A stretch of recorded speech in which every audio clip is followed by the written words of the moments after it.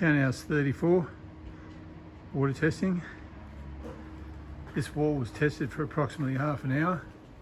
The moisture meter readings inside did elevate during the test. The weather shields are unsealed.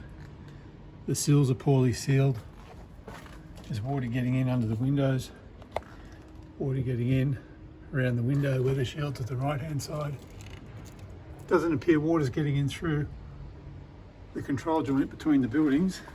The cavity flashing is definitely defective under the windows. It does not extend to the outer face of the bricks, and there's debris in the cavity transferring moisture to the internal skin. There's a similar thing happening to the kitchen window. The weather shields are poorly sealed, and the elevated moisture meter readings to the kitchen under the tiles indicate water is getting in from the cavity flashing inside. Whether that's enough to create all of this damage or not, up for confirmation, although the damage does start adjacent to this wall and the cavity flashing. The moisture meter readings were recorded during testing and elevated quite significantly inside from 280 to 430 on that reading, from 230 to 325 on that reading, and more importantly on this reading, 248 to 990 indicating saturation. On this point increased slightly, 205 to 210, and this one was pretty neutral. This reading here was also fairly neutral, indicating a water leak around this cavity, which coincides with the lifting floor. Very hard to ascertain 100% with the vapour barrier under the floor, because moisture travels under the boards and can travel considerable distance away.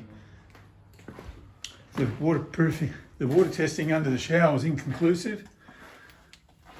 On the moisture meter readings taken downstairs, they were all pretty neutral. It was taken on at least 10 positions on this wall, with no indication of a rising moisture meter reading. At floor level, they're all highly elevated, indicating there's moisture under the tiles. I believe unit 33 is next door, and the laundry is adjacent to this unit. We have to check that unit just to make sure that there's no obvious water leaks. There's no obvious water leak underneath the tub to the slab. At this stage, there's definitely a cavity flashing issue on this wall.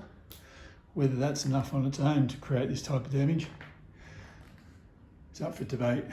We might have to remove that skirting board around this perimeter of this dining room area, remove the vapour barrier underneath so we can conduct a test in conjunction with replacing that cavity flashing. I believe on both sides of the entryway is justified, with that wall facing south, getting the wind-driven rain coming into the cavity and not being adequately drained away. Checked in the ceiling under the shower during testing for at least an hour. No obvious water penetration through the floor. Moving upstairs, the main bathroom shower was run for approximately an hour. No elevated moisture meter readings outside or obvious damage to the doorway under the smooth edge, although there is pooling water coming out through the shower, and the hob to the shower screen is defective. Water's leaking under the hob and coming out through the shower, but I don't think that's contributing to the damage downstairs at this stage. The ensuite